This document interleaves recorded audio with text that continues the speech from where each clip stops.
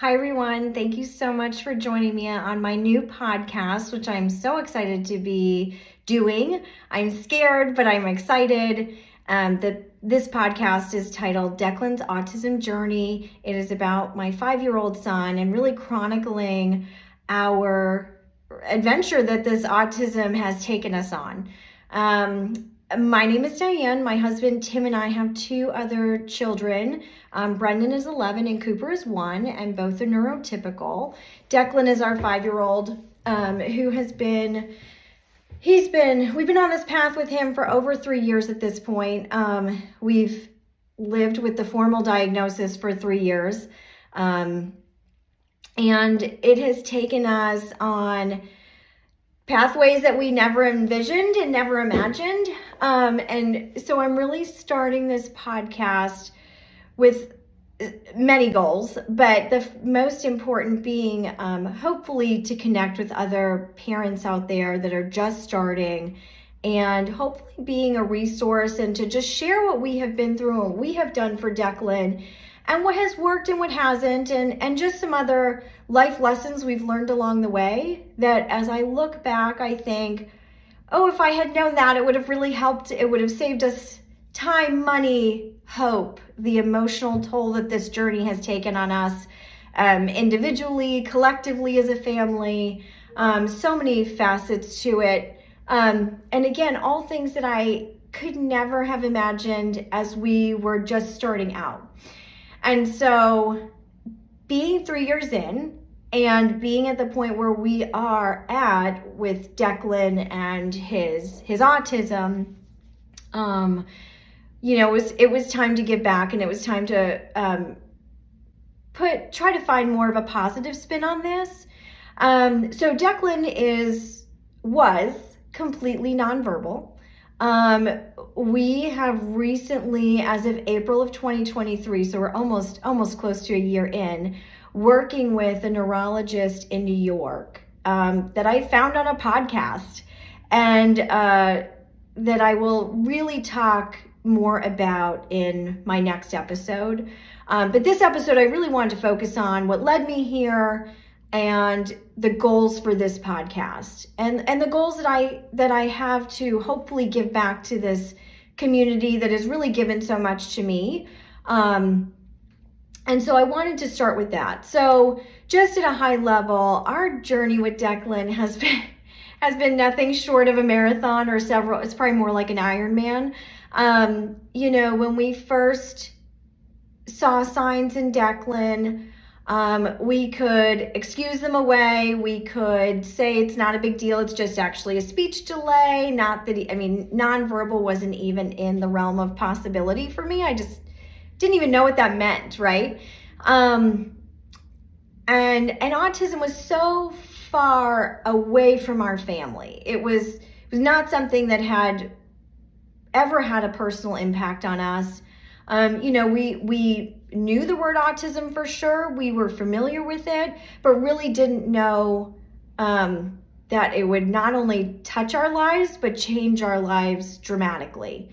And so, needless to say, very long journey, but happy to be sitting here today where I am 3 years in, 3 years wiser, 3 years more empowered, and 3 years of it's time to hopefully help others.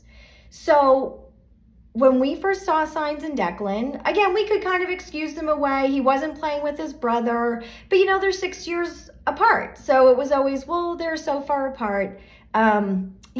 It makes sense. And then COVID hit and we weren't socializing, and Declan had never been in a daycare. He had always just been home with me. So those signs weren't as obvious as they probably would have been had things been different. But once we moved him into a daycare, just shortly after his 2nd birthday, it was very obvious that Declan was different. His peers were playing together, or at least clustered together, and Declan was off in the corner, doing whatever he wanted to do. Mostly puzzles at that time was his really big thing. And, we used to joke that oh my gosh, the puzzle king, like how funny. He just loves these puzzles and he can do them over and over and over and over again. Not realizing, that's probably a sign, right? Now we know. But once he got into school and, it became more obvious, even though it wasn't yet obvious to us because we couldn't, because of COVID, go into the school. So we never dropped him at his classroom. We never observed him with his peers.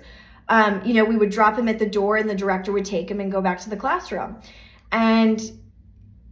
But yet the teachers would say things to us, or we'd get reports, or, but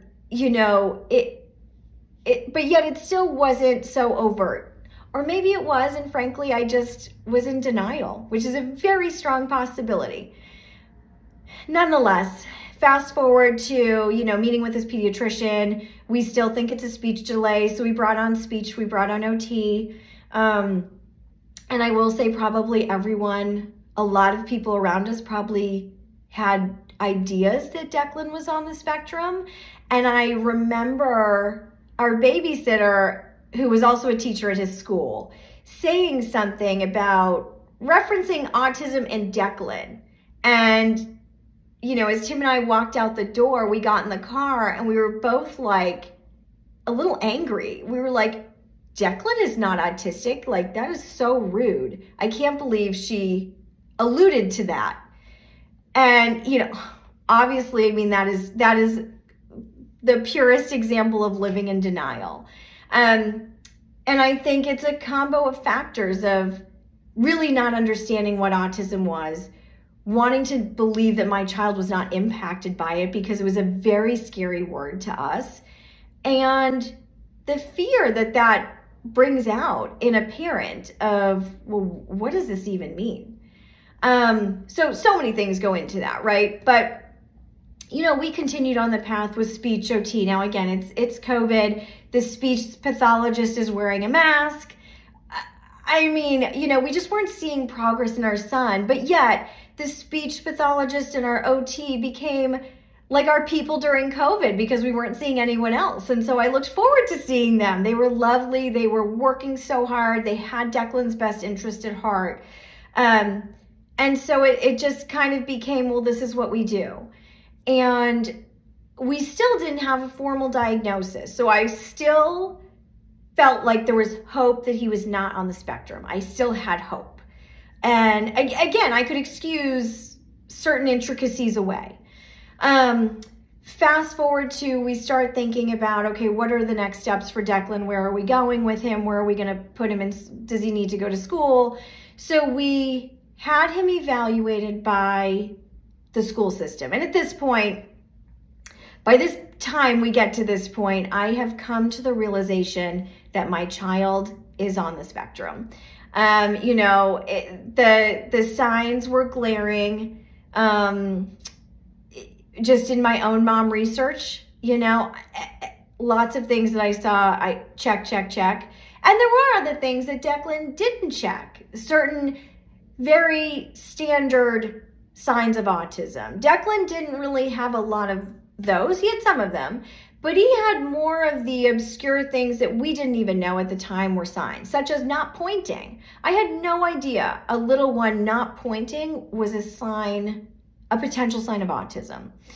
Declan never pointed. But I remember in July of 2021 calling my sister, and I had never said the A word. I couldn't bring myself to do it. But I remember calling her because I felt at that point, I have no choice. I have to accept this. And so I remember calling her and crying and saying, okay, I know Dec is on the spectrum. I know he has autism. I mean, 3.5 years later, and I still get so emotional about it because it is just so raw. It's your child. And it's all those huge fears that go into this. And so my sister, who is a teacher and is a mom of 3 herself, she was just like, okay, Okay, but that doesn't change anything. It doesn't change what you're doing. It doesn't change the resources that you're putting in place for him. She said, yes, the big A word is scary. So don't say it. It's okay. Just keep doing what you're doing. Focus on his deficits. And that was probably the best piece of advice that started my journey. Don't focus on the A word. Don't get distracted by that. Focus on his challenges and how I can help him. And so that kind of kept me going. I was starting down the path of research. Again, we still didn't have a formal diagnosis. So we decided to enroll him in the public preschool. We had him evaluated. And at that point, November 3rd, we got the report in black and white that they identified him as being on the spectrum. And at that point, I'm a pretty practical person. It was like, okay, I can no longer excuse this away. I can no longer have hope that he's not on the spectrum and that he's neurotypical and that these are just delays. I have to face this. Tim and I have to put our parental pants on, and we have to fight, and we have to figure this out.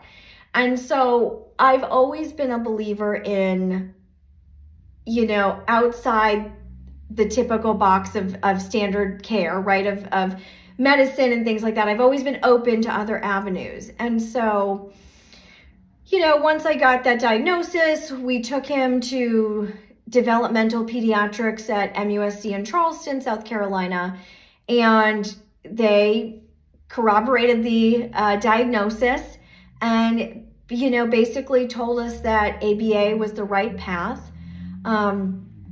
And continue with speech and OT.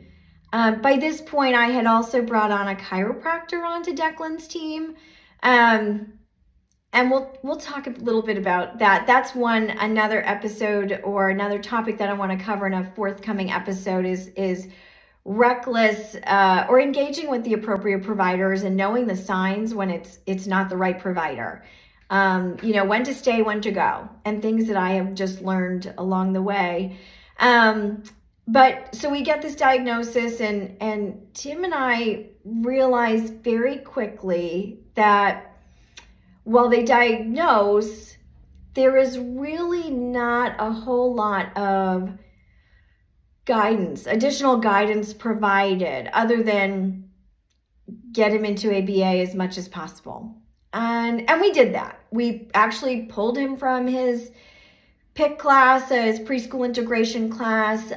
We immersed him in ABA. We continued. I think at that point we stopped speech and OT just because we didn't have the time, in the day to do this. And he's still 3, like he's a baby. He's still so little. And we are just throwing all this stuff at him. And you're just having to put this faith and this trust in people you don't even know, and you're not present when they're working with your 3-year-old, and yet he then can't communicate to tell you is he being treated fairly and appropriately. And so there's just all these really scary feelings that go into this. On top of your child is autistic, is he going to be independent? Is he going to be self-sufficient as he grows and becomes an adult? So many huge facets to this. And yet your life is also just supposed to continue, by the way, right? Like there's no other resources. The resources are on you to figure out. You're supposed to just figure out then how to process all of this emotional upheaval that you are navigating. And that is so, so difficult. And yet, you just got to do it. And I think that's another reason I wanted to have this podcast, is to say, like, that's not okay. There is so much room for opportunity from the child to the parent, to the siblings, to the extended family, to friends and family, to know how to support, their loved ones going through this and navigating this path, because that's a whole nother topic also that I will cover, is what does that support look like? And, while there's no right answer, there are certainly things that help and there are things that don't help. And I feel like just even in 3 years, I have been exposed to so much and I've seen so much that I think there's lots to talk about and lots to unpack. And there's lots of room for opportunity more than anything. But just going back and dialing it back a little bit, again, we realized very quickly that we had to take charge of Declan. And the best analogy that I was given, which is the second best piece of advice I've ever been given next after what my sister told me, is, Mom, you need to drive Declan's bus. You decide who gets on it, what treating providers you allow on your bus and on your team and on Declan's team. And you decide who to kick off your bus, and at any time and for any reason. Listen to your gut. You are driving Declan's bus. And it was like, literally, once I heard that analogy, I was like, I felt empowered. I felt, wow, that is speaking to me. Yes, I need to drive his bus. And furthermore, no one will ever fight harder for your child than you will, right? As mom and dad, nobody will ever fight harder. Nobody will ever deter me from fighting harder for my child. And kind of once I developed that mantra that, yes, I am driving his bus, and you better just get out of the way. You're either on his bus or you're off his bus. There is no middle ground for me as his mom. And I am very careful of who I let into his life. And there's no second chances. Like for me, you're either on Declan's bus 100% of the time and you are his ally and his advocate, or you're not. There's no middle ground there. And that's really just because, I don't have the emotional bandwidth to deal with, being supportive of Declan when it's convenient for someone or not, right? You're either in or you're out. And that's just kind of a place I had to get to for really my own emotional survival. And I say I'm fighting for my child to live. And it sounds dramatic, but it is so true because, when Declan, prior to finding this provider and where Declan is now, Declan is really an engaged member and participant of our family. He has a long way to go. There is no doubt about it. This is a marathon, not a sprint, but he's doing it and he's in the best place he's ever been in. But it took us a long time to get here. And so, when I say I'm fighting for his life, it's because I want him to live and I don't want him to just exist. And for a long time, Declan was just existing. Even though we were fighting tooth and nail for him, Declan was purely existing. If my oldest son walked into a room, Declan would walk out. If, I tried to snuggle him, he'd push me away and get up. I mean, those are all hurtful, emotional things, right? But that was what we were living with. We would be out at a restaurant and Declan would be not present. He would be there physically. His body was there, but emotionally, mentally, there were no other signs that he was there. There was no engagement. And that is really hard. That is really hard emotionally to deal with as a mom to a child, as a sibling to a sibling. And then you've got this whole other piece going on of, people trying to engage with Declan, even just strangers saying hello in a grocery store, and there's nothing coming back from Declan. And the awkward, exchanges that leads to another topic that I will cover. But so many things go into this, right? So when I say I'm fighting for him to live, I truly am fighting for him to live. I want him to see life for all the beautiful things that it offers. I want him to be a part of this family, a contributing member of this family. I want him to be able to express himself. And so talking about that, expressing himself, completely nonverbal up until a couple months ago, he started to say a couple words and he has started to be more demonstrative in what he needs. And, he's started, his sensory challenges have started to subside. He's wearing a winter hat. He is putting on a sweatshirt. Now he has a ways to go, but all of those little things add up to huge strides for Declan. There is rarely, it really seems like it's happening daily, but at the very minimum weekly, where my husband and I look at each other and we're like, oh my God, Declan just did this. Oh my God, that's amazing. And it's like those responses from us, you don't forget that. Those start to add up, and they are filling our hearts, and they are filling our hope more than anything. And so, that is, I'm at a point now where I can sit here and say, there is hope. There's reason to have hope. And, I think sometimes the journey is long and the journey is hard, and the emotional toll that it can take on you on the hard days is really challenging. And so it's a gift to be able to sit here today and say, I have hope. I truly believe that my son Declan will become verbal. I believe that we will recover him potentially fully. And I know recovery in the autism world is a controversial word. And my stance has been, if I was asked tomorrow, would you get rid of autism from your life, from Declan's life, from your family's life? 1,000% yes.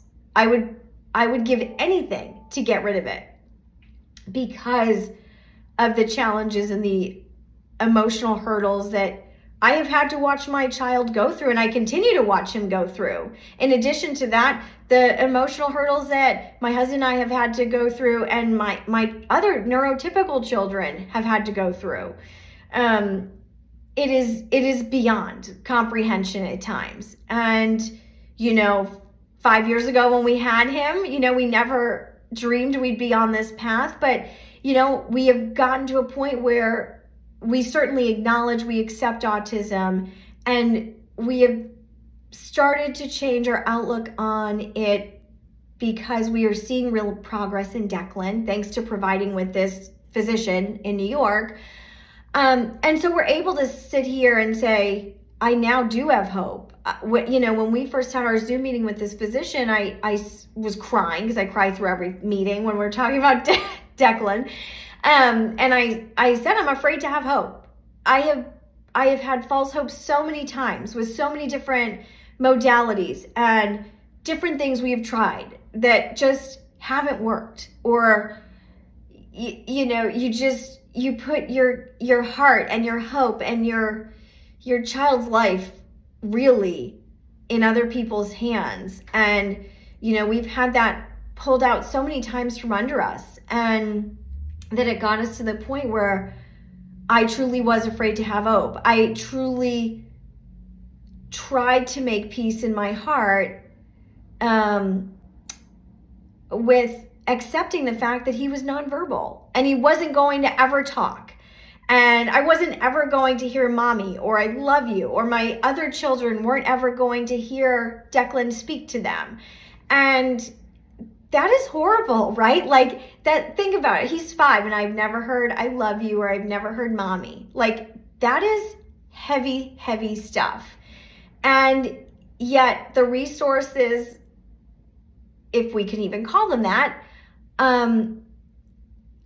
there's none. You're just supposed to figure it out. And again, that goes back to the main goal for this is you're not alone.